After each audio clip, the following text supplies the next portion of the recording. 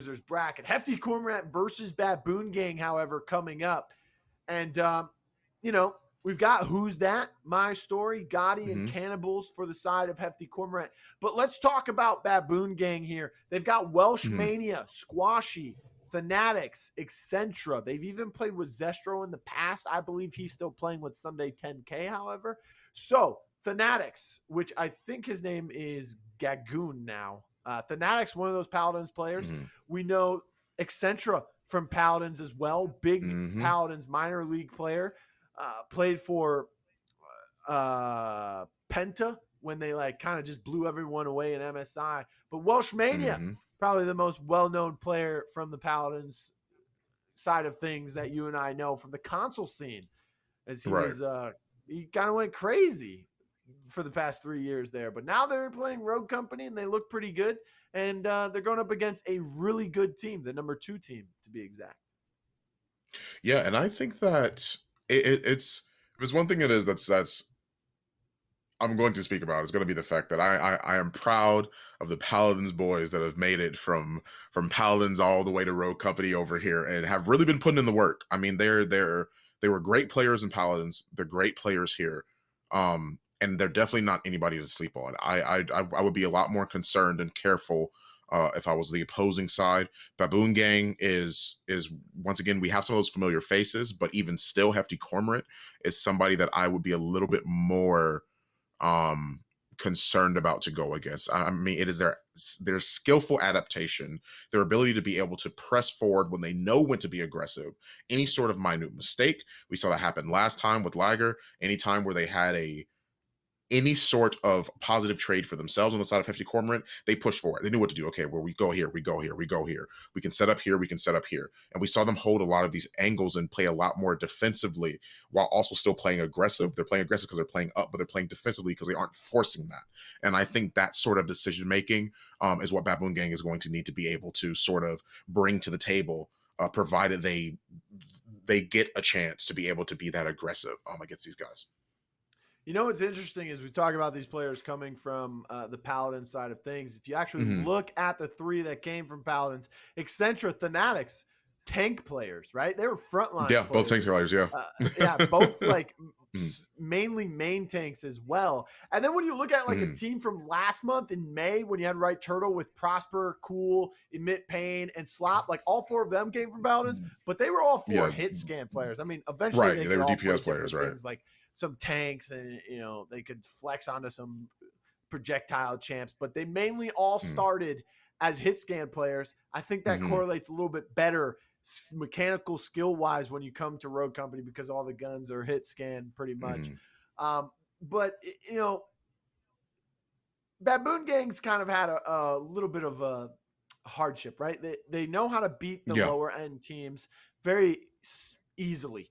Well, then once they start to get a little higher in the bracket, they know what they need to do. They know how to do it. They just can't execute their game plans as well as they would have hoped or strategized for their Mm-hmm, opponents, and they end up falling pretty short to them. But they do they do have the skill. They have the mindset. They just got to mm-hmm, go in there and they've got to execute their game plans. Let's talk about your predictions coming up for this. Who do you got? Once again, if you're a betting man, Fawn, who you got going in betting man. this? You going to stick with your Paladins boys, or are you going to go with the number 2 seed and the heavy favorite? Um, I definitely think that I don't know. I genuinely think that this could be a very even matchup potentially. And the only reason why I say that is because of the fact that, like you mentioned it before, they struggle when they get to more of the more of the higher skilled teams, which is why I brought up the subject of adaptation. Right, it's why I brought up the subject of Hefty Cormorant are great at being able to push their lead. They're great at adapting to unfavorable situations, and since that's the case, I think that this match can be pretty even because even though Baboon Gang know how to take advantage or play well against these lower seeded teams, there's a lot of times where you still have to be careful when you're playing up against the higher seeded ones because you might be able to take advantage of some of their knowledge, but they have some of their knowledge and then some, right? Like you have to be careful when you're playing into a lot of these different matchups. And so I think that personally, if I really, really had to pick, I'm still a betting man on Hefty Cormorant, all because of the fact that they are great players. And I think that they not only showcased that last time, but they're even more prevalent this time, all because of the fact that they this is a great opportunity for them to be able to sort of play. And once again, like, this is a brief thing, but it's I'm glad to see the Fixer ban. I'm glad to see the Lancer ban, because running on canals on demolition, even though the art is wrong, I think that that's a great opportunity. Yeah, so here is the series layout. And like you mentioned, the bans Mhm. are right at the top of the screen for you. Fixer being banned out by Hefty Cormorant. Baboon Gang will get rid of Lancer. We're going to Canals for game number 1. That will be our demolition. Breach for game number 2. That is Icarus, but don't worry, we are going to Breach for our King of the Hill. Lockdown, we will be going for our Strikeout and Mhm. Favelas for King of the Hill if needed for game number 4. Factory for Demolition if we need a game number 5. Mhm. There's a lot of people talking about Phantom in chat. I know a lot of people want to see Phantom being played. I can tell you guys, ladies and gentlemen, Phantom was played last week for the first time this month. It was in a King of the Hill from the team called Banana Smoothies, a player named Neg. He played Phantom in their King of the Hill. They lost that game 2-0. It was on Favelas, and he also used the Nightshade and not the sniper rifle. So for those of you wanting a Phantom, I don't know if that's going to happen, Mhm. but it has been played one time. And when I say one time, I mean one time. One time. A single one. And Yeah. it was by Neg. That team lost with Phantom. So I wouldn't expect a Phantom to come out on King of the Hill at all. But there you go. All those Mhm. pictures. Oh, I like that picture of Breach because you can actually, Yeah.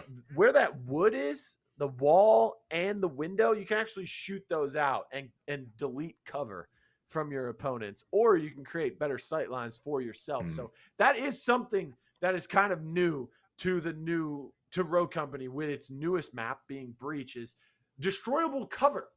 New sightlines can be Yeah. created, right? I mean, I talked about Factory in the past being the only map with a weather effect where you Mhm. can't really see as well later into the rounds because of the sandstorm. That's the only map that has anything of that caliber. Now we have a map like Breach, although it's only on that one side of the map, but that is where one of the, I believe, King the Hill sites are in King of the Hill. So that can be a huge disadvantage or advantage depending on how you look at it. If you're the one that takes care of that cardboard, uses it as cover, might not be the best idea because someone can shoot right through it and delete it and create new sight lines. I think with that wall, you shoot that out and you could see past like 2 other walls. So it's really good Mhm. if you're trying to just hold that hill. But Fawn, we're going to game number 1 here between these two teams. Hefty Cormorant versus Mhm. Baboon Gang. EU versus NA. Classic showdown. Quarterfinals in the winner's bracket of our double elimination. Main event, day number 1 of our Road Company Showdown, brought to you by CheckmateGaming.com. Don't forget to follow us on Twitter at CMG_Rogue. And for those of you Mhm. watching on the Road Company Twitch channel or on the CMG_Esports channel, make sure you go ahead and click that follow button, turn on your notifications, and let us know in chat who you think is going to win this matchup. Those of you who guessed Cormorant in our last set, you sticking with them? Or some people from the EU going to cheer on those European boys at Baboon Gang? Let us know in chat who you think is going to be able to win this matchup as we get all set for game number 1. And I think that that's an interesting thing to bring up, right? Is the fact of having the NA versus EU sort of discussion again, right? I mean, that's a lot Oh of yeah, the things ping is I've always a seen people, discussion. yeah, yeah, absolutely. Like I've seen it all over Twitter. I know of people's dispositions. I know of people's disposition. So I'm interested to see these guys sort of carry on, um, and really put their best foot forward. Because like I said, I'm choosing Hefty Cormorant, but from what I've known of these Paladins players, um, for the ones that are on Baboon Gang, you can't sleep on them. You have to be careful, and they're great players. I would be concerned still because they weren't bad players at all by any stretch of the means. When you were looking No. at an entirely different game and an entirely different game and an entirely different esport, you got to be careful. And I think that Hefty Cormorant have to be on their P's and Q's this game, because if they aren't, I think that Baboon Gang will take advantage of mistakes it is that they've made. They may not be at the top, and they may struggle against the top seeded teams, but I still think that it is their game sense is there, their mindset is there, and they know what to do. Slopadopoulos was on the same team as Welshmania when they went to the World Championship in Paladins. They came in second place. So Welshmania, second best in the world in the end of 2018 in Paladins. Now here he is in Rogue Company. Also went to a LAN with Gagoon or Thanatics. I don't know what name he's using today, but they were both on the same team. They went up against a team that Accenture was on. Accenture ended up winning that. That was the mid-season invitational in 2019. Let's take a look at what we're going to be seeing here on Canals rogue-wise. Cannibals, like I said, he's been flexing that rogue pool as of lately, and he's going to be playing the Dahlia here. We've seen him play Chalk, and he's added that to his rotation. And now I need to sneeze, and I'm trying to hold it in, Fawn. It is one of those so things far. I've got. You know when you have to sneeze, you like look at the light or you look at the sun? I've got 3 lights staring at me in my face. It is so hard right now. Well, right now, it seems like the drafts are actually drastically different from one another. You have Glitch, Seeker, Dahlia, Chalk, and then on the other side, you have Talon, Kestrel, Seeker, and Saint. There's only one character that's the same on both sides. Both of these guys are drafting a very interesting draft. I think the Saint being present on one of the sides is sort of a... I personally like Dahlia over Saint, and the reason being is because you can shoot his drone and stop him from picking somebody up. Dahlia, the only way to counter that is to make sure you kill the person it is that she's already linked to, right? So I think that it can become a little bit more of a hassle to stop Dahlia as opposed to Saint. And plus, it already gives you the intel of where they are because the drone makes a big noise and you can also see it. So I'm interested to see how both of these drafts are going to end up clashing together in this match.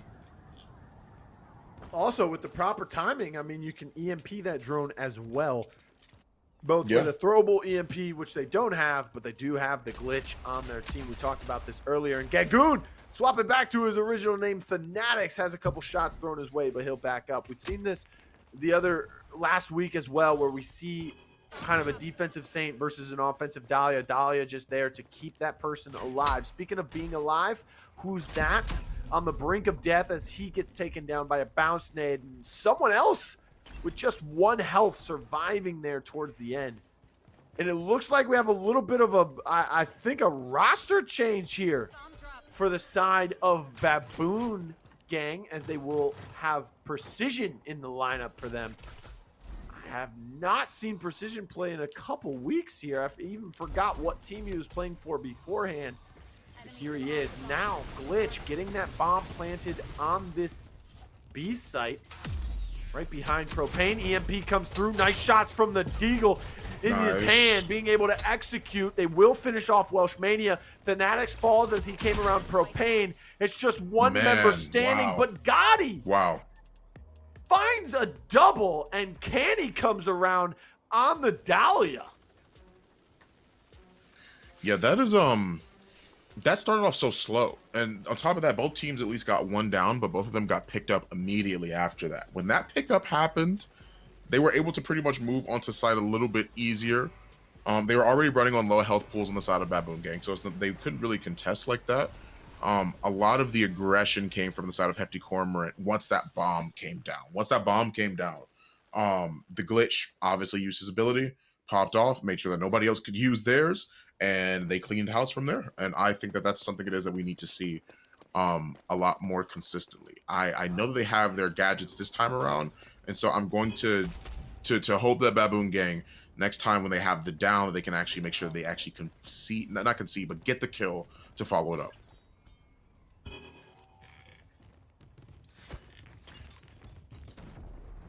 I think for right now, but things are being a little bit more... Okay, I got it out. I had to sneeze, Fun. I'm so sorry. Oh, okay. Oh, okay. That's no. You are completely fine. It crept back, man. You're fine. You're fine. Don't worry about it. Ooh, You're fine. nice Don't worry about bounce it, man. nade from Gotti onto Welsh this time around. They're heading back towards the B site. Two members jumping over. Nice Semtex that finds a double. And who's that? On top of Propane, finds a double knock with that Semtex. He jumped up there with Canny.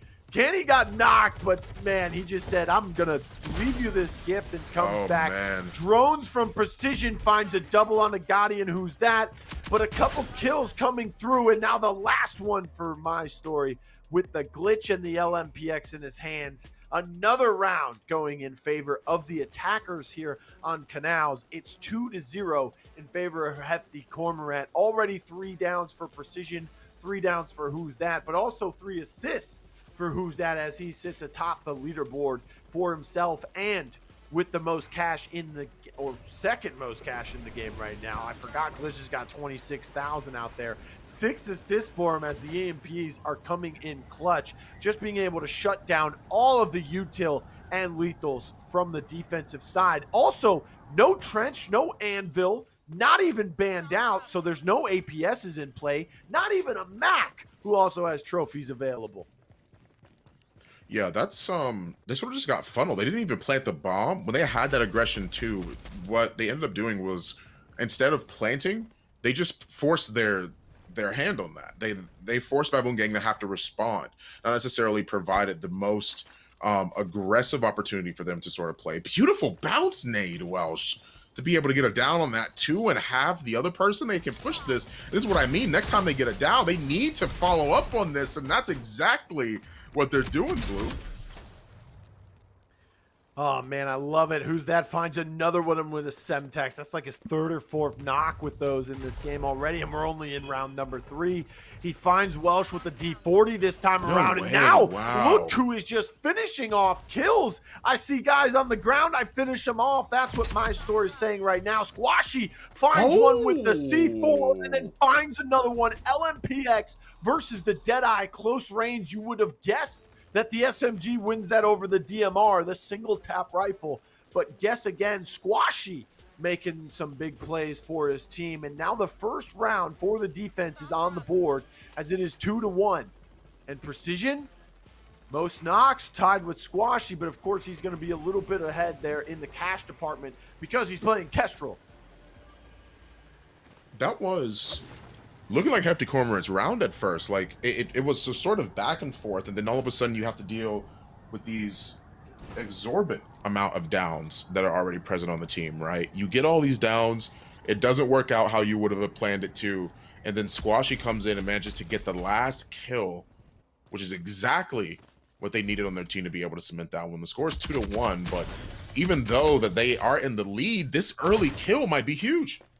Oh, yes, and just as I was going to say, Precision playing a little bit differently position-wise, as well as the rest of the defense. Welsh playing a little bit more towards that mid-cut onto the B site in that little L bend there, and pushing all the way in the back of Blue is Who's That. He finds one, but he ends up going down, and now Welsh all alone in the back of Blue. Meanwhile, Squashy with the Talon Dart is trying to make a play, comes through mid. He's behind Propane. He knows that one is watching him, but he's going to get stuck in a little bit of a crossfire. Has to get help from his teammate, but he's not there. Gotti finds him, or excuse me, Cannibals was the one who was able to finish him off there. Bomb's still not planted. It looks like he's planted for Defender's spawn. Secret Arrow comes out, reveals both members of the defense, but they can just play back. They don't have to overpeak. They don't have to get too aggressive. They planted the bomb. It's about 25% through now. And now the rotation back through mid. We saw a very aggressive defensive stance holding that mid section and in middle warehouse. Didn't work out too well for them. Squashy not really working too well on that flank as well. The offense just knows how to split them up and count them and knock them down one by one. Big flashbang coming through, 24 health to his name. He has to back up 75% and counting for the bomb timer now. And he's just going to back all the way up, see if he can maybe bait someone into chasing him, finish off one knock, maybe get a kill for some extra cash. But this will be a round win for the attacking side. 3-1 now. These rounds are coming down to the wire. It always feels like there's always 2 people left or 1 person left, or it's never a definitive thing, and it always feels that way. Baboon Gang have been doing well. I just think they're getting sort of steamrolled once that momentum hits Hefty Cormorant. They get a kill, they get a low health pool. You're seeing everybody push in. Everyone's firing on all cylinders. Nobody gets left behind, and that's exactly what they're doing.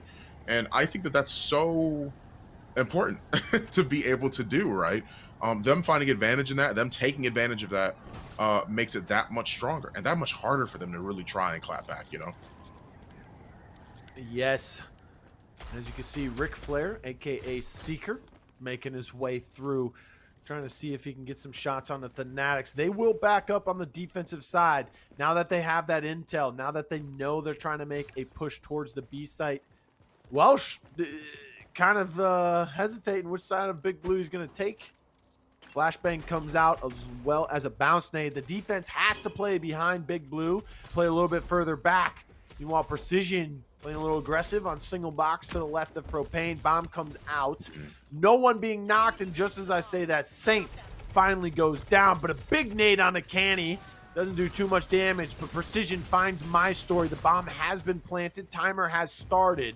Squashy finds another one on a Gotti, and now the double peek on B long. Welshmania and Squashy finding two, finishing them off as well. 3 members standing for the defense. They will get the revive onto Saint. They got a revive onto Seeker as well. Extra money in the bank, as well as a round in their favor. 3-2. And like I said, Baboon Gang, they just have to execute their game plan, and they can hang in these tough matchups. Yeah, like, I think that's so important as well. Like, I think that that they have been, like, this is why I mentioned in the very beginning, these matches are close. Like, these rounds are close. Like, Hefty Cormorant may have the lead, but Baboon Gang are the ones that are really forcing their hand on a lot of these different situations. A lot of these fights are not ending up in the way that they want it to because of how consistent these guys have been playing. And you got to be careful with that, because now it seems like the momentum is starting to shift for Baboon Gang, and for Hefty Cormorant, you have to step up your game a little bit more, you know? Like, they've really just been getting sort of outplayed in some of these rounds in terms of how they've been forced to fight. And I think they have to recognize that and try to adapt their playstyle to be a little bit better. Ooh, wow, and some Welsh. nice shots coming out from Welsh as he finds one onto My Story, finishes him off as well. Smokes come out in that mid cut, and it looks like this might be a rotation just back towards middle warehouse for the attackers.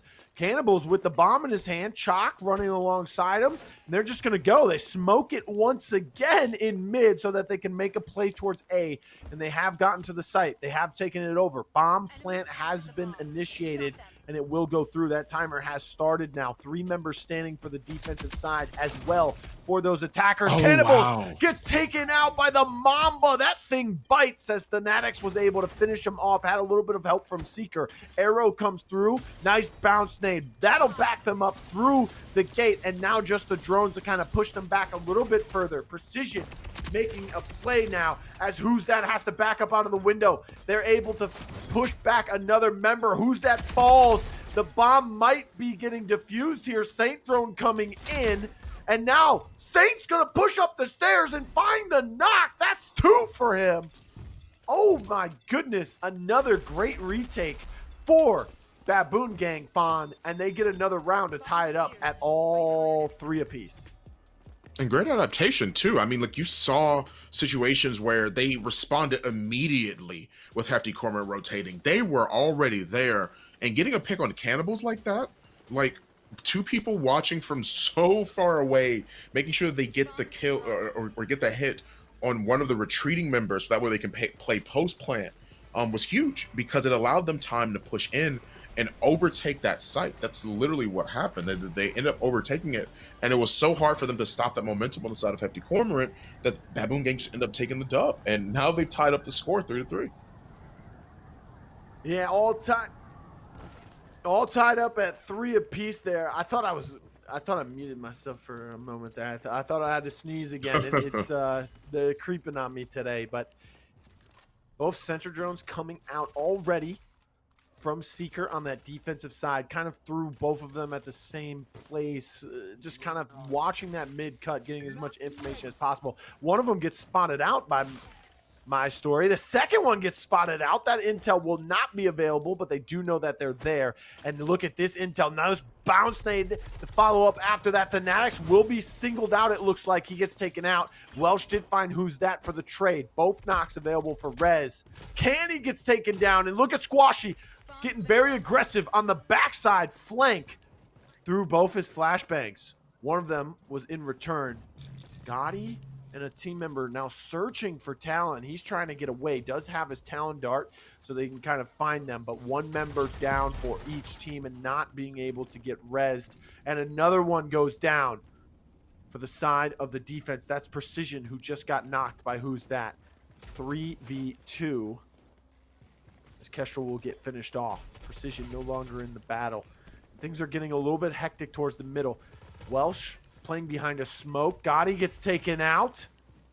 Who's that was kind of looking for him, trying to see if he could find him. He does find Squashy kind of roaming around. And now it's just a 1v1. Talon is able to get res, but never mind the nade being cooked perfectly.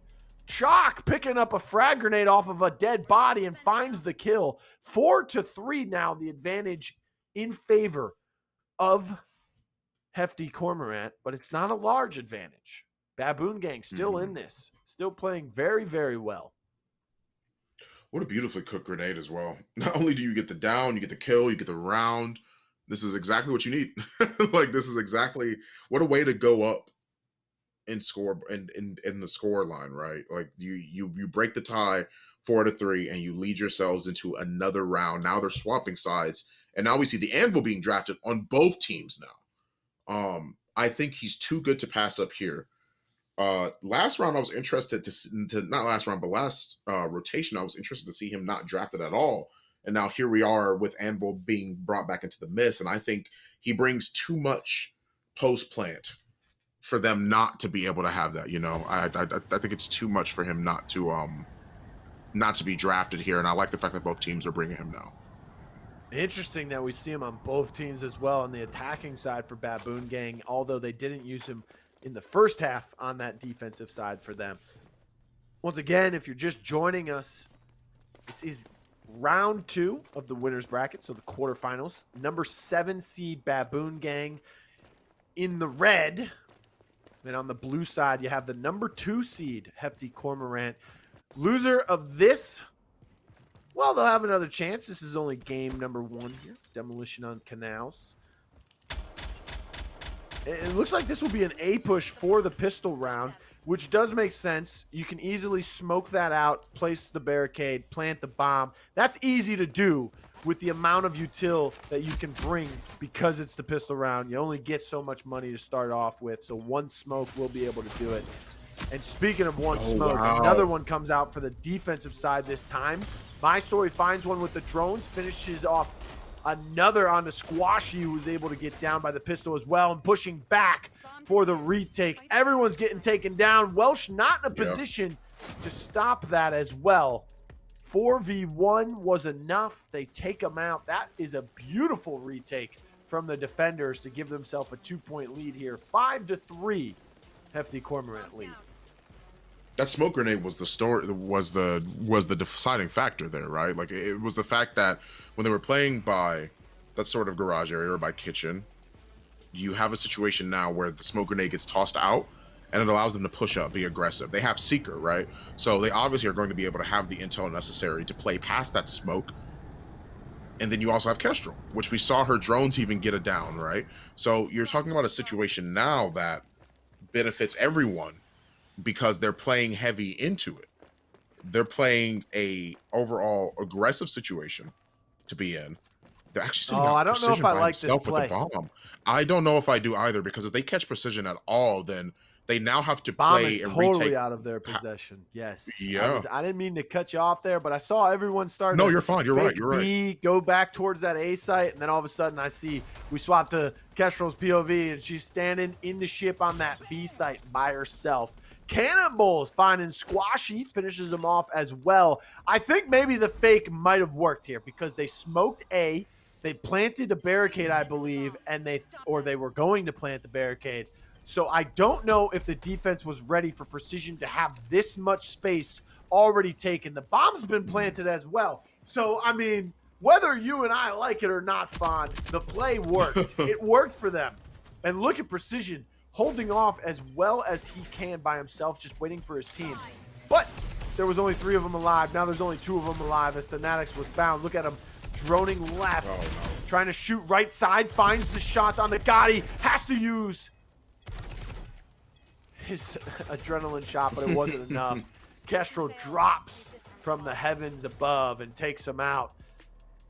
Meanwhile, the bomb was defused. 6-3 now. This is a dominant performance on the defensive side for Hefty Cormorant as they've taken 2 straight rounds now. 6-3, they lead only 2 more in order to finish it off.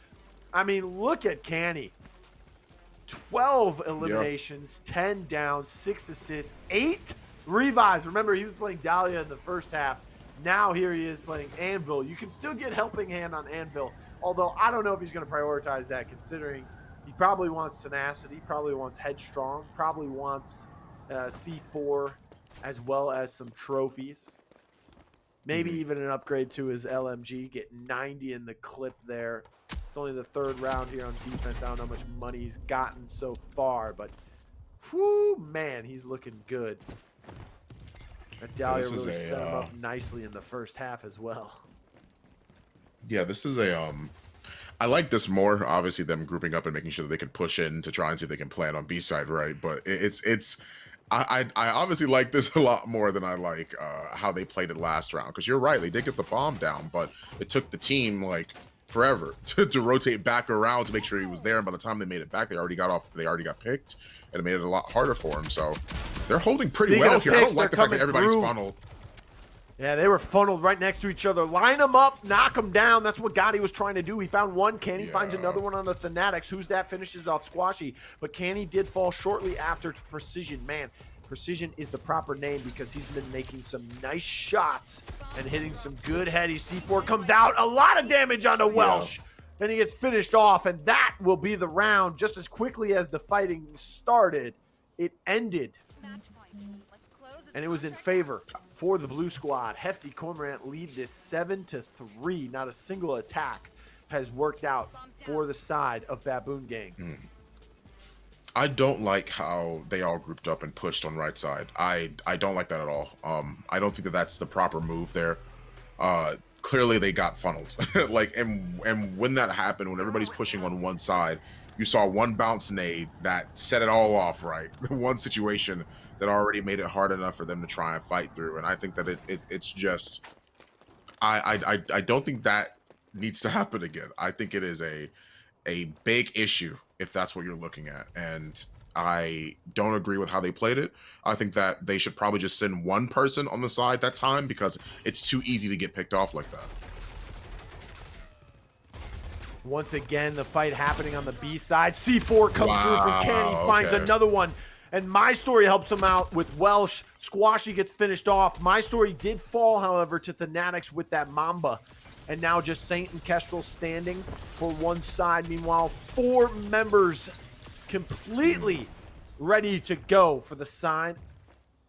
And game point. It is a 1v4. And Saint, Gotti took out Precision. Now Thanatics left all alone against 4 members that are hungry to finish off game number 1. We do have a bracket update for you as well. We'll get to that in one moment. But 8-3, your result after game number 1 on Canals between Hefty Cormorant and Baboon Gang. Again, Hefty Cormorant, the number 2 seed coming into this weekend's event, and a favorite against pretty much everyone except for Cute Hamsters, the number 1 seed. When they go up against them, they quickly become that underdog. But I mean, that game just looked dominant once the second half started for Hefty Cormorant. It was Right. a tight race in that first half, 4-3. It was tied at 3 there for a moment. And then all of a sudden, they just ran away with it on the defensive side. Did the Anvil really work on the defensive side? I mean, Canny played it spectacularly. But what was super interesting was Baboon Gang bringing Anvil out on the attacking side. Yeah. We knew their game plan. We knew what they wanted to do. I mean, Candy could have just gotten shredder rounds and shredded the shield super quickly as well after that second or third round. But they didn't use it on the defensive side for themselves, which maybe could have cost them a round or two. Yeah, I agree with that too. I mean, I think that overall it was a close match. They still felt close overall, right? Like they never felt like super dominating until we look at like maybe like the last 2 rounds it was that we saw that they ended up being like a lot more aggressive, a lot scarier on the side of Hefty Cormorant. But when you have a situation like this where you end up just taking it all and winning, I think it's less to complain about and more about understanding the adaptation that you need to be able to fight Baboon Gang. I'm interested. The first match, even though it was 8-3, I'm interested to see how the respawns are going to go when they're fighting Baboon Gang, because even though those matches were close, even though the score finished at 8-3, I want to see how they try and take what they've learned on the side of Hefty Cormorant and try and put that pressure on the Baboon Gang. Same thing, and vice versa for them for Baboon Gang. I'm interested to see how they are going to adapt to this King of the Hill and see how they're going to take what they learned from their loss against Hefty Cormorant in the first game to try and lead them to victory here. Yeah, I mean, once again, we're going to Breach for game number 2. It will be King of the Hill. This is something Hefty Cormorant kind of struggle with. I mean, yeah, they still beat Lagger.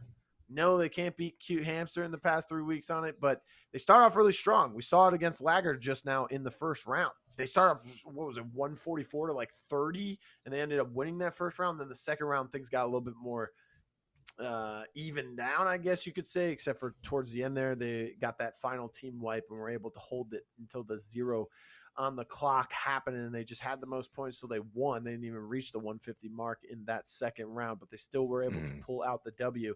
They lead 1-0 coming up against Baboon Gang going into game number 2. Also, Baboon Gang, this is important to know. This is the team that used Dima, one of the only times we've seen him, right? We've seen this team play Dima back in May, in the May 10K event. We saw them play Dima on Windward in a strikeout. Will they bring it out for Breach Demolition? I don't know. I'm hoping so. I love Dima, okay? A character that wears like a robotic-looking mask and likes to blow stuff up. That's my kind of guy. I feel like if I was in Road Company, I don't even want guns. Just give me like explosives, a noob tube the entire time. Yeah, exactly. Just grenade. Just give me a grenade launcher as my normal gun.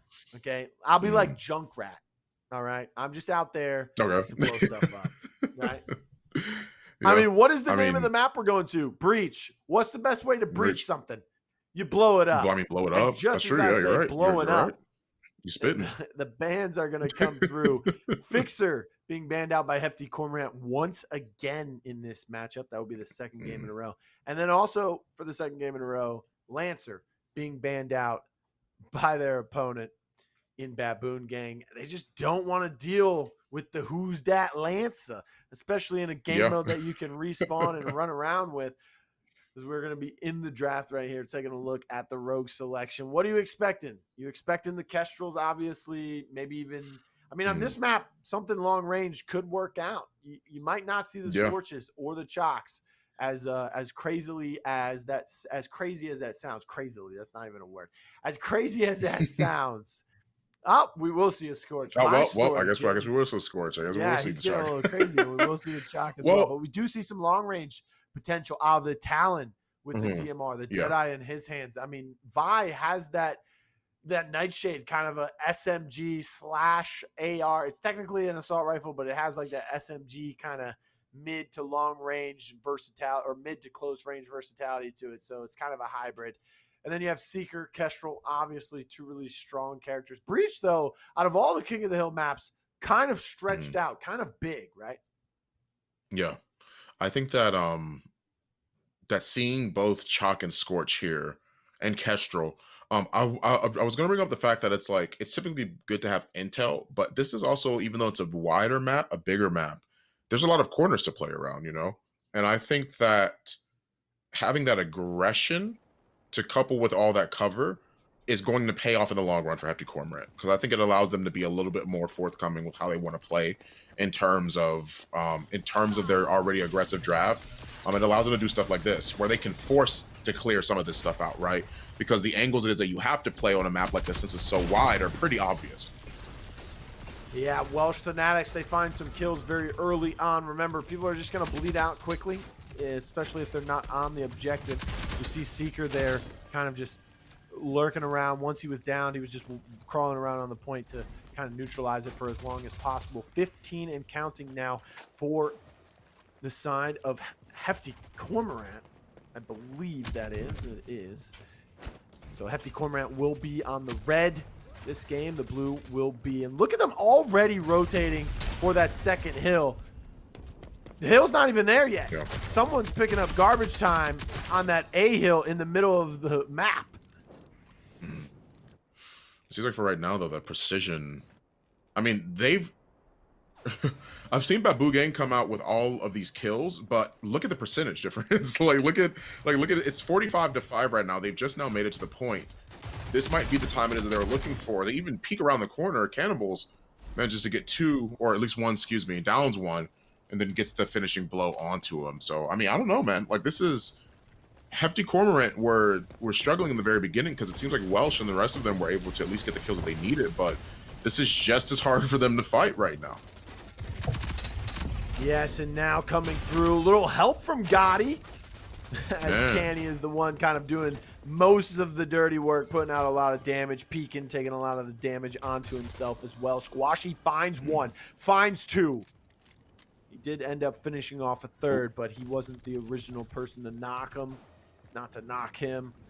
But, you know, I can't give you credit for the triple if you didn't knock all three yourself. And once again, Precision, Welsh, now the rest of his team coming in already on that early rotation for hill number 3. 12 seconds remaining on this second hill. Thanatics all by himself. He will finally get knocked. A little bit of neutralization there on the final seconds for that objective. 59-50 as Baboon Gang are leading, but that lead is quickly becoming non-existent as they will tie the game. Nice long-range shots from Welsh. He's trying on the backside here of this objective. 1 minute remaining on it. They need to get in there. They need to start scoring some more points, because that last hill is going to be very, very difficult with the two big openings. It's inside. Yeah, it's kind of in between where A and the B hill are. You know, for right now, it seems like things on the side of Hefty Cormorant are going for the better, because it just overall becomes a little bit more of an issue, I think, with how Baboon Gang need to consistently hold on to stuff like this. It is rough, and this is what I mean. I think that this draft that Hefty Cormorant have in their back pocket is something that's going to be more dangerous for Baboon Gang to play into, because this aggression is complemented well with how they've been playing so far. They're even heading to the next objective on the side of Hefty Cormorant. They're letting the last few seconds go awry so they can already play for what could be the definitive point here, because if depending on how Hefty Cormorant, how long they hold on to this next hill, like they can end up closing it out. Yeah, they are about 40 now, 34 points behind. That's about 30 seconds they're gonna have to hold this. There is a minute left on the clock overall in the round timer, so they could end up winning this without having to go to sudden death. Nice vibe poisons coming in. PStory finds a double kill with that SLC. I said we might not see a Scorch here, but he's putting it to good use. A lot of incend damage inside the objective as well. Drones come out, doesn't find anything from it, but Welsh was able to find a knock with the bounce nade. Quickly, who's that? Walking around like he owns the place. He finds another one. That's a third straight kill for him. Picked up an incend, throws it in the corner, doesn't find anything from it. Now swaps to the other side of the objective, back towards that middle where the A hill normally spawns, and he finds yet another knock onto Thanatics. Meanwhile, on the other side, there's another Kestrel battle happening with PStory and now a Deadeye, but neither of them are able to take out PStory, and the round is just over just like that. once again, the dominance being shown by Hefty Cormorant. They take round number 1, and that's half of the work done here for their King of the Hill. Yeah, and I think that is, man, that is such a rough way to end up losing out the round. I mean, like it's looking at it from like an analytical standpoint. I think that Baboon Gang are struggling with. They've been doing great with making sure that they've had control over the site, but it's holding it that's been the problem, right? And part of that is due to something as I mentioned before, and I'll keep mentioning because I think it's a great thing to mention, is the draft that Hefty Cormorant have. It allows that aggression. You have that Kestrel, you clear out certain angles, you use your incendiary grenade on the side of Scorch. Scorch can be aggressive behind the incense, she doesn't take the fire damage from it, right? So I think that it's a little bit harder for them to do what they need to in the long run. Cannibals gets one down, but they're trading things out blow for blow right now. Who's that? Finds a double once again. I mean, he is just having massive opportunities to make plays on that Kestrel. That's something you want your Kestrel to be able to do. Drones, the Riptide, the Bounce Nade, the ability to get more in her kit in a short amount of time because of that snowball effect in the cash department. It's round number 2. He's looking to close it out here. Welsh finds Gotti, however, and already the rotation's coming through for this B hill on the right side towards 5C on that map. Squashy finds one with the Deadeye once again, playing the Talon for the second time today and getting very aggressive with that DMR in his hand. Sometimes it's paid off, but there have been a few times where he's gotten a little overzealous and a little dangerous. And now Vi falling on the backside. Welsh finds another opportunity to take out Gotti. Third time this round. Precision, though. Finally, his time to shine with the Kestrel and the Riptide in his hand as he finds one. PStory cannot turn the corner and find Welsh. Welsh playing very well in the back corner, just holding that side for himself so that the enemy cannot spawn there. And meanwhile, Squashy, he has to stand on the objective all by himself. Now Precision is going to have to make a play for the objective. It is being neutralized out. Finally, it will go in favor of the blue team. That's Baboon Gang. They lead this game, this round once again. And they were leading at this point in round number 1, but everything went awry halfway through that third hill. Oh man, this is great adaptation from Baboon Gang so far. I think this is the experience coming into play here. You see that they were able to at least take over the objective pretty consistently, and I would say a little bit easily, but it's them holding on to this next one. This is the problem here, is that they can get to point, but this is amazing how Hefty are playing so far, because they weren't even on the objective. They were just playing for cross. So they were just playing for Baboon Gang to make their way over and then try and kill them from there. And they got so much damage off that now they can't even contest because they have to wait on the heal. They have to wait for their health to come back. And it makes it that much harder for them. And it's rough for Baboon Gang to be able to make it to that objective. They get the point. They get the time on the objective, and they were doing great at the very start to hold on to it. But here you are in a situation now where they're struggling because the game's going on for longer.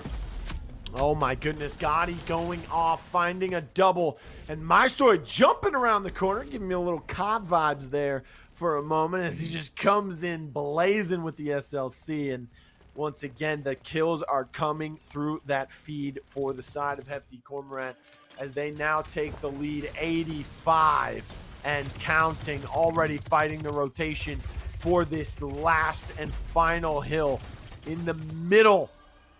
In that building with the 3 openings, you got 2 on each side of the map, then that one that circles through the kind of the middle of the objective, but from that B hill originally. And Gotti finds another one. Everyone running around with Riptides. It looks like if a Kestrel dies, they want that gun in their hands. Thanatics, the only shining light for Baboon Gang in that entire engagement, but he still ends up falling on the back end of that. 104 counting, 40 seconds remaining in the round, and it is looking like Hefty Cormorant all the way. Who's that? Finds another one. The Riptide is ripping no matter who's using it out there. It seems like for right now that things are shaken up. Like it seems that Baboon Gang are having a bit of an issue making it onto the objective. And of course, as soon as I say that, they do make it on. But this is still the story here, Blue, is the fact that they do make it. They make it to the objective. They can contest. They've shown that they can do that. It's holding it that has been the issue because of what draft they're playing into. It makes it a lot more easier for them to be able to get these kills. You see who's that? You see Gotti. You see both of them getting these kills. And even though it's sudden death, there's not much longer in terms of time. Hefty Cormorant take the second game in quarterfinals. 2-0 on the King of the Hill once more for Hefty Cormorant. So they are up 2-0. Quick look at the bracket, however, before we jump into the replays and the recap for that. Banana Smoothies, Cute Hamster, they both advanced to the quarterfinals. They are facing off against each other in the winner's bracket. That means Crack is Whack, Pink Mist. They drop to that loser's bracket.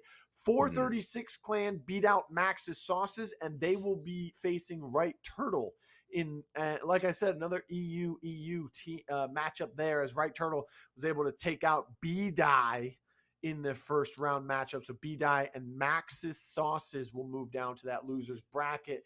DNR is facing off against Brave Sheep as they took out Team Cruelty. So Team Cruelty will drop to that loser's bracket along with Sunday 10K, Lagger, and Forcible Pony. But let's go ahead and take a look at the replays from that first matchup. Fawn, what'd you like? What was Hefty Cormorant doing so well? Because they were losing at the start of each round, but they were able to pick it up towards the end.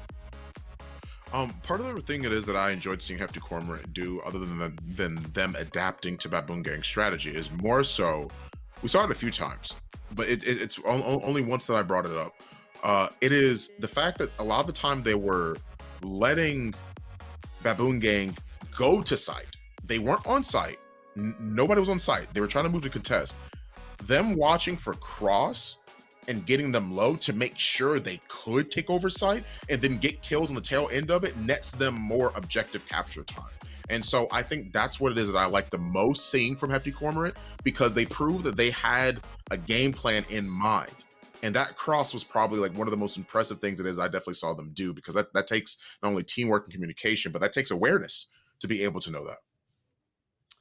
Yes, and as we take a look at our series layout once again, 2-0 in favor of Hefty Cormorant over Baboon Gang. Classic NA versus EU matchup here. Although I think Baboon Gang, Precision, I think, is from NA. I could be wrong.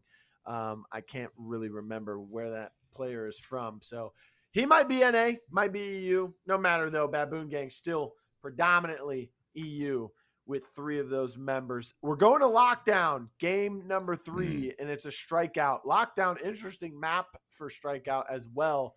Something we don't see very often. Pretty stretched out map, too. Could see a Phantom. I know a lot of people want to see Phantom. And we're most likely going to see Anvil. I don't know if these are the same bands once again. Could be the same bands for the 3rd straight time. Fixer from Cormorant, Lancer from Baboon Gang.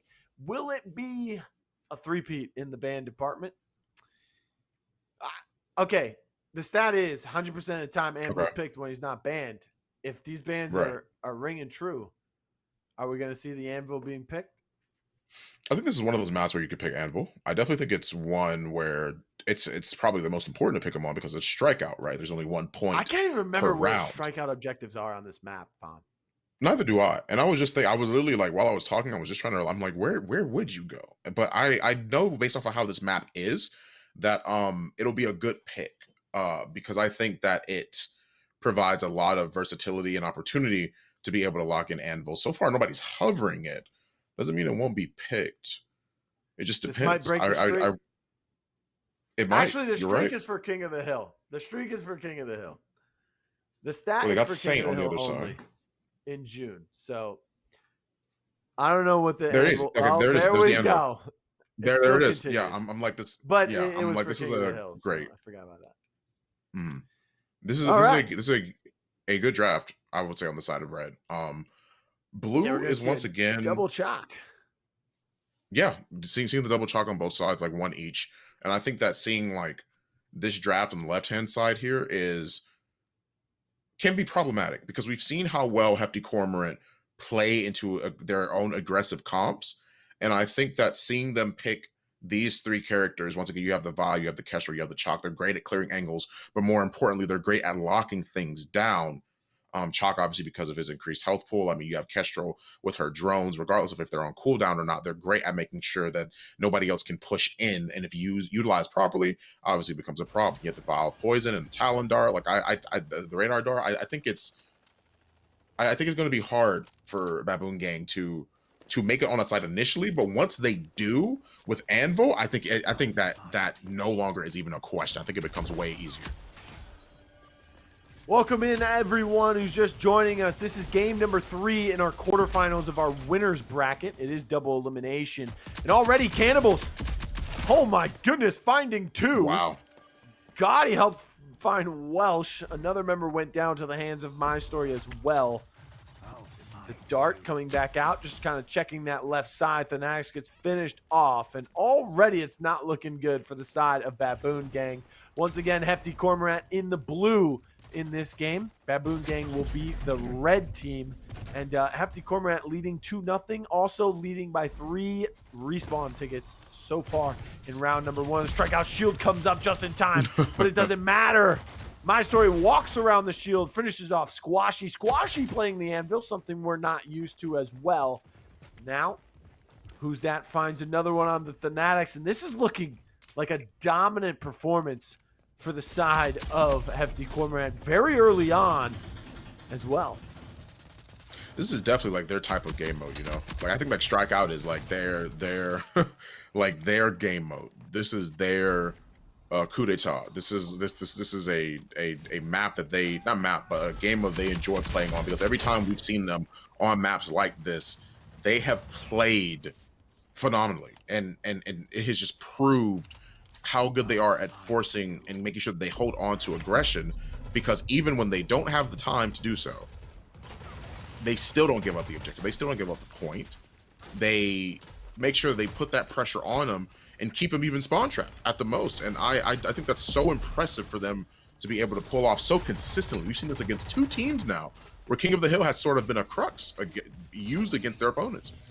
Oh my goodness, Gotti is getting man. disgusting with that Deadeye in his hand. Wow. Look at this, the punch to the face to finish him off. Oh my. Hefty Cormorant are looking flawless. Look at that scoreboard. Bring that up one more time. Precision, Thanatics, Welsh, Squashy. There's 4 players on a team. There's 4 downs total for that team, as they all have 1 apiece, getting completely dominated.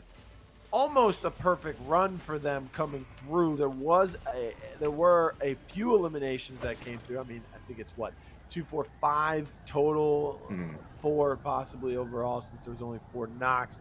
One of those might have been a double assist for some people, but a dominant performance here. Like you said, this strikeout might just be Hefty Cormorant's best respawn mode. I don't think they're as good on King of the Hill as they are here on Strikeout. Everyone getting hit big time from the flashbang, and that allows one member to walk through and mow him down. Gotti, PStory. Cannibals killed someone with, I think, an incense that almost looked like a flashbang, but it is an incense. I don't know how you kill someone with a flashbang in Road Company. In real life, I think you could possibly do it. You just throw it at their head hard enough, but PStory finds another one. Who's that? Another on a precision. They are falling like dominoes for the side. Oh, huge C4 picked up off of a dead body, and then he kills the man that owns that C4. Yeah, so far, things have been a little bit turbulent in terms of how the objective fights have been going, but at the end of the day, Hefty Cormorant are still the ones in control. They're the ones with a very convincing and dominating lead. Each time they try and find their way back up to the objective on the side of Baboon Gang, they have just been met with adversity, and it's been forcing them back. It's been hard. It's been a hard knock life, I would say, as immediately, every time, this is how forward they're playing. They do this every single time. Hefty Cormorant plays so far forward, so unbelievably far forward, and it's so hard to try and stop them from doing so. They're holding every angle. They're keeping the pressure on, and anyone that isn't on their team is struggling. Oh, and look at this, Fawn. Everyone is backed up into the corner there. Hefty Cormorant able to find one. No, my goodness. 1 more kill, 2 more kills, 3 more kills. They are just falling and falling over and over again. And now look at this. Kestrel with the bounce nade in hand, throws it across once more. No more respawns available. Who's that? Finds precision. Welshmania falls to Gotti with a Deadeye and another one. And that's a full wipe there. In a matter of seconds, each time they start an engagement, it just does not go well at all for the side of Baboon Gang. Hefty Cormorant up 2-0 here in game number 3, the strikeout. They won the King of the Hill perfectly 2-0. They won the Demolition. Wouldn't say that was as perfectly, but it was a pretty decisive match once that halftime kicked into gear for Hefty Cormorant. We see, now that's a hot rogue summer right there. A little shirtless Talon getting his little, he's waving it out, getting his arms moving, trying to get the breeze going underneath the pits because he's sweating, working hard out there right now. The rest of his team just needs to match from C4, but he can't get it to go off in time as he gets taken out. Gotti, he's in heaven. That's what it's called. And he is taking out anybody in his way. Precision goes down as well. Gotti, where are you hiding? Let him breathe, man. Let them breathe. Let him come out of the spawn as he gets 2 more shots on Thanatics. Just grabs a gun off the ground, and now Chalk's already pushing forward. I mean, it is rough for Baboon Gang right now to try and overtake the pressure that Hefty Cormorant have been able to provide. Gotti manages to get another one down too, and at the end of the day, I think that's so crazy. Like that they have had very little contesting even happening on the side of Baboon Gang. It just goes to show like strikeout is the mode, at least in my opinion, for Hefty Cormorant, because this is clinical right now. This is the second game, the drones go to waste. The third round in a row. Yeah, the drones went to waste. They were immune to damage. By the time they weren't, they knew where to move to not get hit by those. And now they're finally starting to find a couple knocks coming through, but still 11 respawns in favor of Hefty Cormorant. And they still have a dominating performance over in their hands. Welsh with the Mark IV on Saint finds a kill himself, does get a revive to come through as well. Now it's 10-0. Saint gets taken out. Chalk gets taken out. The revive did work on that anvil, but it won't be enough. The incend coming through. Is it enough to take them out? It doesn't matter who's that's walking in their face with the pistol and finishes them off. 3-0 now. There it is. Hefty Cormorant, they take this 3-0, and that is a very clinical, a very prominent fight for them. I mean, not only were they quite able to keep the pressure on them, but more than anything, they just kept their aggression. Like that's the second time in a row that we've seen a strikeout map go so heavily towards Hefty Cormorant because of what they were able to actually provide. And I think that's so amazing to be able to give that testament to their skill like that, because they kept them locked in their spawn. That was 3 rounds in a row that we watched where just Baboon Gang wasn't able to leave their spawn. Like at any point in time, like Hefty Cormorant just moved in. Yeah, and as we take a look at these replays, I have a crazy thing to tell you, Fawn. It was 4-3 at halftime of the Demolition. That game ended 8-3, correct? 4 straight rounds. Yes. They won 2-0 on the King of the Hill. They won 3-0 on the strikeout. That is 9. I repeat, 9 straight round wins for Hefty Cormorant. 9 straight rounds. Wow, man. And just no rounds in favor of Baboon Gang in any of the game modes. Any of them. Once they got their first 3 in the first half of demo, they couldn't win a single round in the final half of that demo. Couldn't win a round in King of the Hill. Couldn't win a round in strikeout as well. They got dominated in strikeout, like you were saying. King of the Hill, they did put up a fight, but it wasn't enough. So 3-0 in favor of Hefty Cormorant, both in the strikeout, game number 3, and also in this matchup, as they will be moving on to the winners semifinals. I'm going to go ahead and refresh the bracket here, see if we have any more teams that will be moving into the semis. Not yet. Once again, Cute Hamsters taking on Banana Smoothies. Right Turtle taking on 436 Clan. Those are 4 teams that we've grown accustomed to seeing.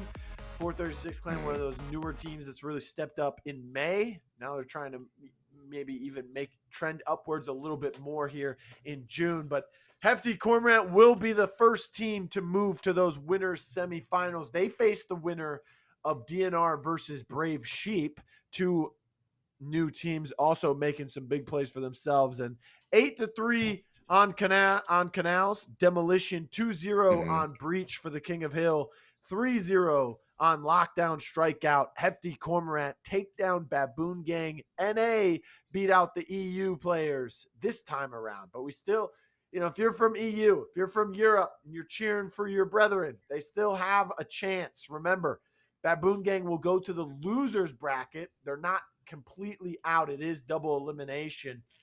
And there's already been some people that have been eliminated completely from the tournament, Fawn. Max's Sauces, they lose to B-Die in the losers bracket. They are done. They are out. Max's Sauces, they're gone. Sunday 10K beat out Team Cruelty. So Team Cruelty, they're done. Dunzo, no longer able to win first place in the $10,000 tournament. And also, I would say going home, but they're all probably already at home, Fawn, is Forcible Pony, as they lost out in the first round of the losers bracket to Lagger. So Lagger, Sunday 10K, and B-Die, they survive. They keep their hopes alive here in day number 1 of our main event for our $10,000 Road Company Showdown, brought to you by CheckmateGaming.com. If you're just joining us on the Road Company channel, hello, welcome. My name's realBluTV. I'm joined with Fawn, the legend, and we're going to be having another matchup coming to you very shortly here. Which one will it be? I'm not sure. We're still waiting on some games to finish, but the first one to finish was this one. Baboon Gang getting taken out 3-0 by Hefty Cormorant as they move on to the winner semifinals. Baboon Gang will drop down to that losers bracket. They still have a chance to make it a little bit further into the tournament. Remember, tomorrow we're going to see the winners finals, then the losers finals, and then, of course, the grand finals. So tomorrow we'll be crowning the champion. So